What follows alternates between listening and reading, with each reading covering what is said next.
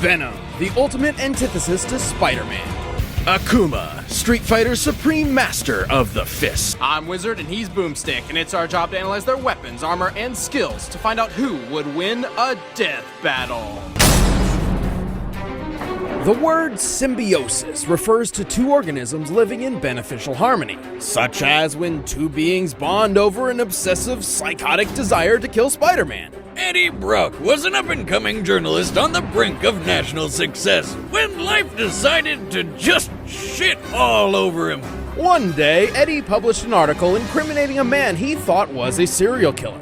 However, that very same day, Spider-Man caught the real killer, publicly shaming Eddie. As a result, Eddie's company fired him, his father disowned him, and his wife left him. Also, he had cancer. Damn, talk about a bad day. Understandably pretty upset about it, Eddie blamed Spider-Man for ruining his life. This led to his fateful meeting with a weird black gooey alien. Remember Gak from the 90s? It's just like that, except alive and evil. This was a symbiote from the planet Clintar, an alien species with one goal: to grow stronger by fusing with a living host. I know that sounds intimidating and almost parasitic, but the Clintar people are naturally a peaceful race. However, they often inherit their host's traits and personality. This symbiote in particular had previously bonded with a violent alien bent on genocide and a costume superhero everybody knows as Deadpool. That crazy lunatic?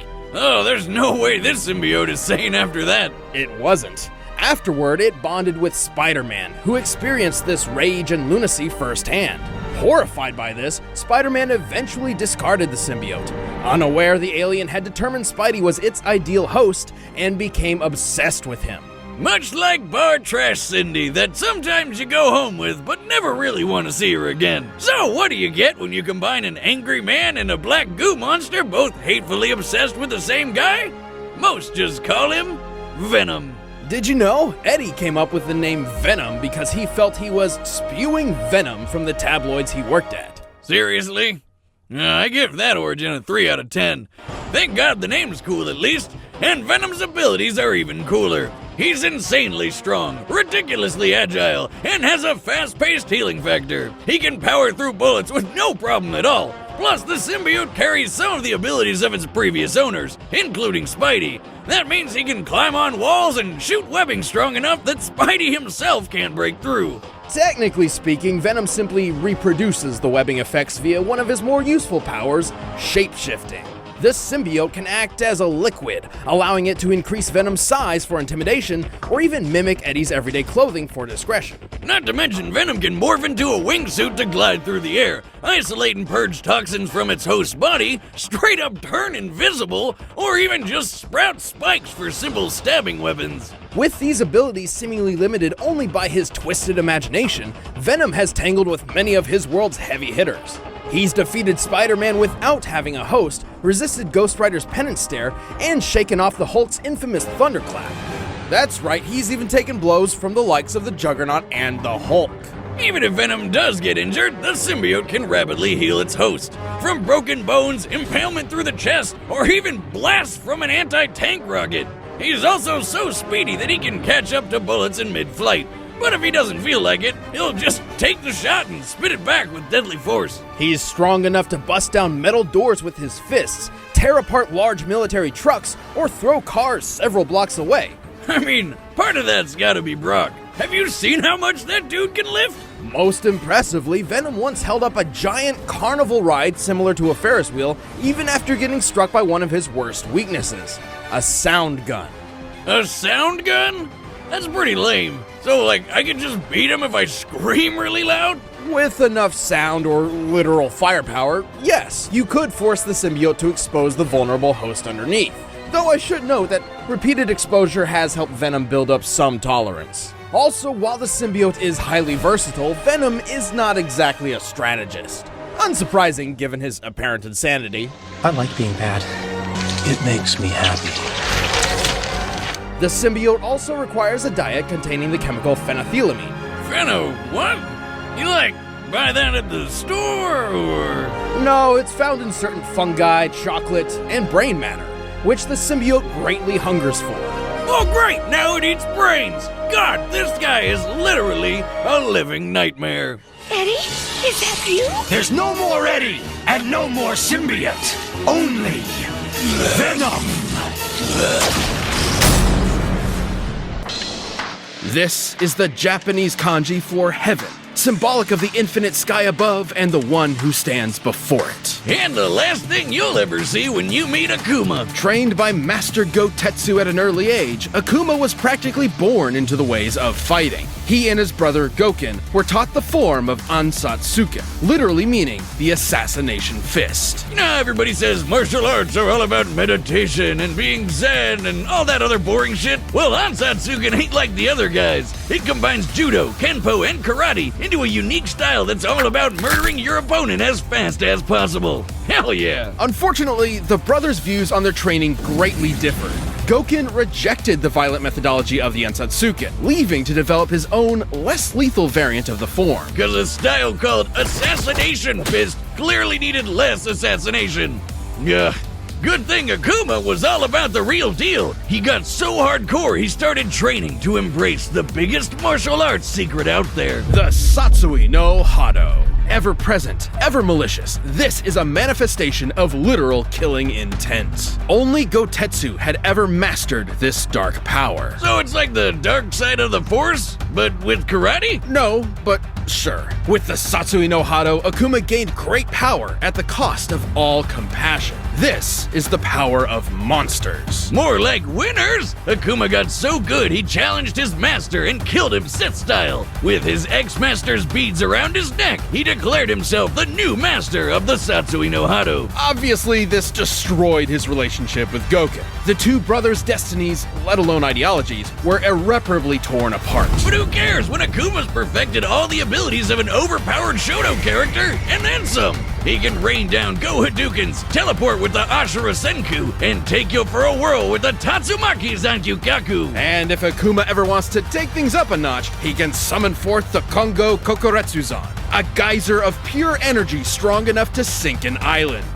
With all this power, Akuma is among the toughest street fighters out there. Which says a lot when Hakan could loop himself up with enough oil to, get this, launch E-Honda into orbit to headbutt a giant meteor into smithereens. Well, there's only one way to figure out the TNT of that.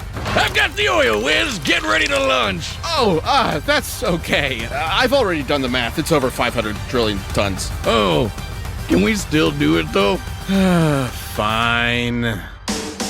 But did you know Akuma's also traded blows with some of the folks from Final Fight? I guess they're street fighters too. And the Macho Mayor Mike Hagar can pile drive people so hard, it makes an explosion you can see from space. Comparing the blast size to Earth's diameter, this explosion must have a yield of over 120 teratons of TNT. That might seem nuts, but hey, Akuma's done the same kind of thing. No wonder the only guys who can match him are badasses like Goken. Akuma would challenge Goken again and again, determined to prove his version of the Ansatsuken was superior. And apparently, he was right, as he defeated Goken with his signature technique, the Shun Goku Satsu. AKA the Raging Demon! With this, Akuma gives in to his killing intent, targeting a person's soul and killing their spirit with the weight of their sins. There is only one known way to survive it, emptying your own soul from your body. Fortunately, Goken knew exactly how to do that. Speaking of souls, this guy Nakali once tried to take Akuma's by devouring him. But not being in Devore, Akuma just blew him up instead. He's so powerful, defeating an opponent takes less effort than smacking a baby. Not that Akuma would ever do that. No, I'm serious, he never would, because despite the whole zero compassion thing, he has a weird code of honor. It's not compassion at all. To Akuma, fighting is a sort of religion, and respecting the art is more important than anything. He'll spare those with an unfair disadvantage, and those whom he deems respects martial arts like him and can improve. In this way, he sort of became an unwanted mentor for Goken's student Ryu. Hey, he's not a total killjoy. He did befriend Elena. Well, more like Elena befriended him, but whatever. But should you disrespect the art of fighting, Akuma will not hesitate to murder you as disrespectfully as possible. Like when he jumped that a-hole and Bison so fast he killed him in one shot. And Bison was quick enough to tag this satellite laser beam. Following the beam speed at this angle, we can determine it was moving well over 5,000 times the speed of sound. But even with all that power, Akuma knew he'd never be at his best until he'd mastered the Satsui no Hado and become Akuma Blanco, Shin Akuma. As Shin Akuma, he possesses full control over the dark art, using it to its fullest extent. Only Gotetsu had ever mastered the Hado like this, because doing it is not just super difficult, but super dangerous. Right. The Satsui no Hado isn't just a form of energy, it is a sentient entity, striving to push those who connect with it to fully commit to their rage.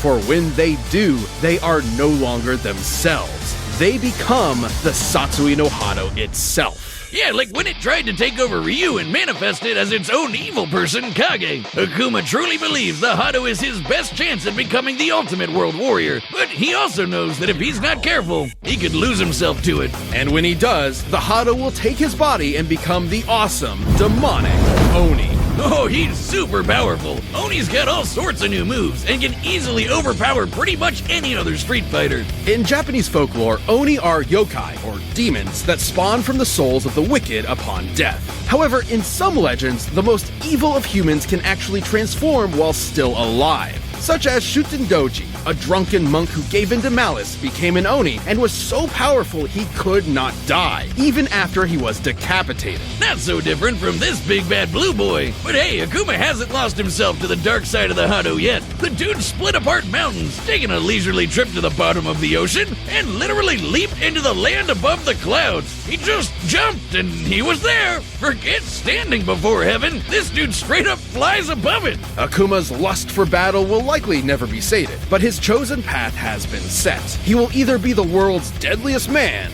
or its bleakest failure. Until then, he will never stop searching for a foe who can challenge the might of his Satsui no Hado.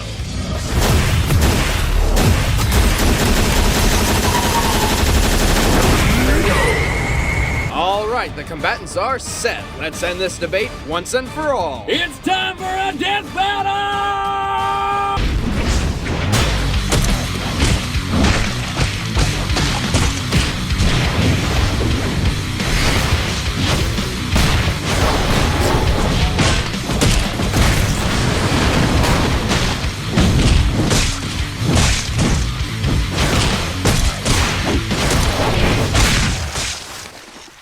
The winner is Venom. Next time on Death Battle.